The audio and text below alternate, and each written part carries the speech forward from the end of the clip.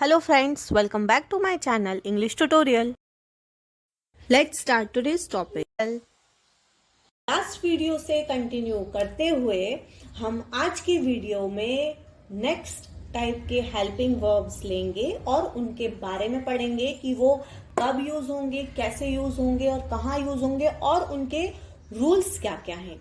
तो आज हमने जो हेल्पिंग वर्ब लिया है वो है डू, डज और डिड, कि ये कब यूज होंगे और इनके क्या क्या रूल्स हैं। तो सबसे पहले हम बात करेंगे डू की। तो do is use to form the negative और interrogative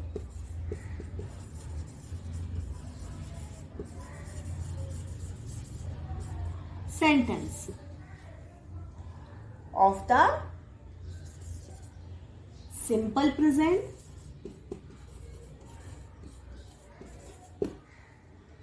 and simple past.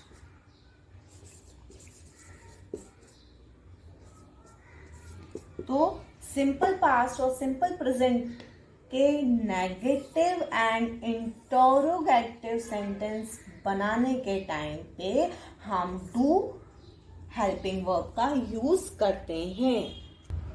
Example देख लेते हैं। ही डज नॉट वर्क,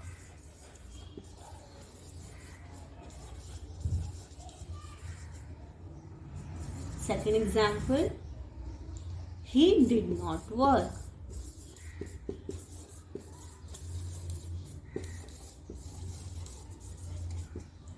अब इस एग्जाम्पल में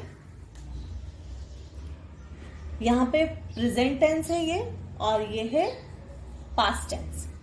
अब जब हम प्रेजेंट सिंपल प्रेजेंट की बात करेंगे तो सिंपल प्रेजेंट में थर्ड पर्सन सिंगुलर के केस में जो हेल्पिंग वर्ब है या फिर जो वर्ब है उसमें एस या फिर ईएस लगाते हैं। तो यहाँ पे हमारी जो वर्ब है यानी कि जो हेल्पिंग वर्ब है वो क्या है, डू। तो डू सिंपल प्रेजेंट है ये सेंटेंस। सेकंड हमारा हेल्पिंग वर्ब डू है।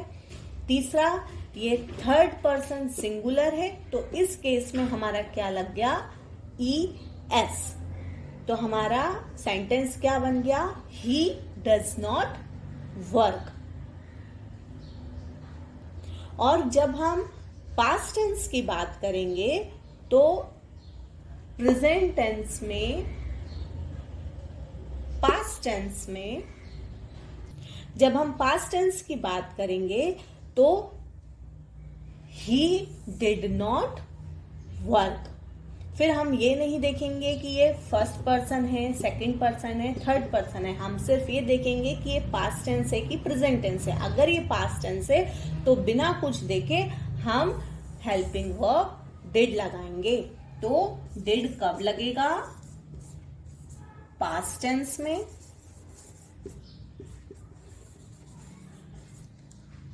डज कब लगेगा, simple tense, simple present tense, third person,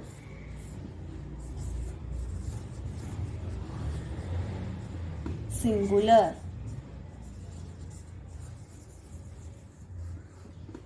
और डू कब लगेगा हमारा, first form of the verb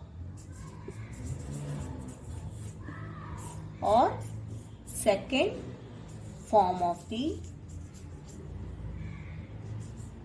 verb. Second rule क्या है, to avoid repetition of the sentence. मतलब डू, यू, नो, हिम, ये एक एग्जाम्पल है जिसमें वो पूछ रहा है कि क्या तुम उसे जानती हो। तो इस क्वेश्चन में अगर हम आंसर देंगे तो हम क्या देंगे, yes I know him.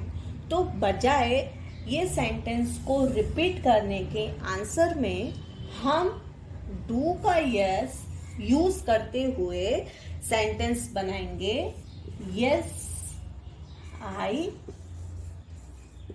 Do. एक और एग्जाम्पल ले लेते हैं, शी सिंग्स वेल।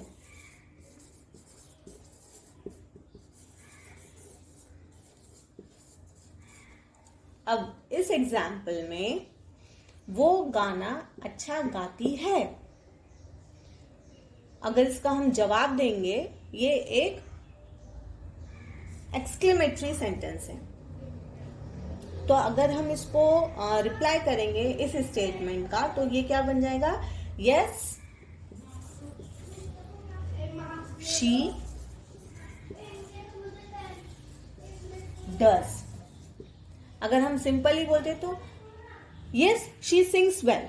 तो बजाय सेंटेंस को रिपीट करने के हमने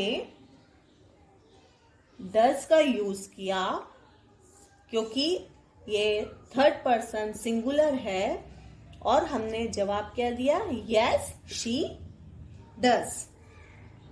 थर्ड रूल है हमारा, to emphasise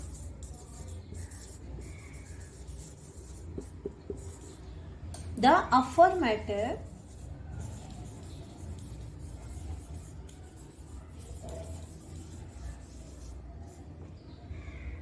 nature of a statement.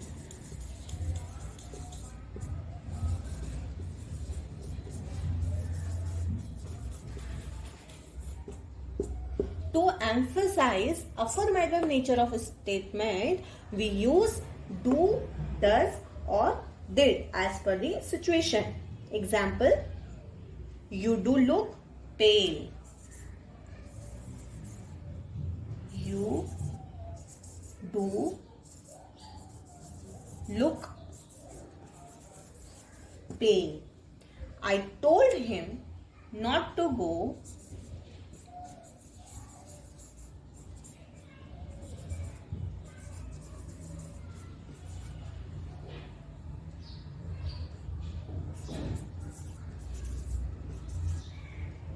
but he did go.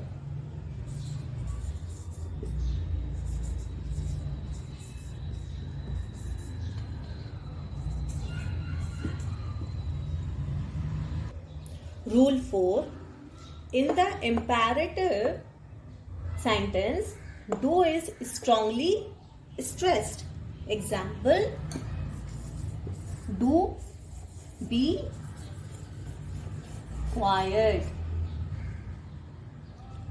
Oh, do come.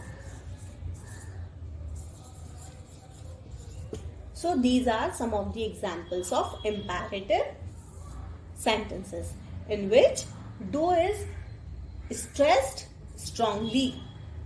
That's all for today. If you like my today's video, please press the like button and subscribe to my channel for more videos. Next video में हम can, could, may, might helping verbs का use और उनके rules पढ़ेंगे. Till then, keep watching and keep sharing. Thank you.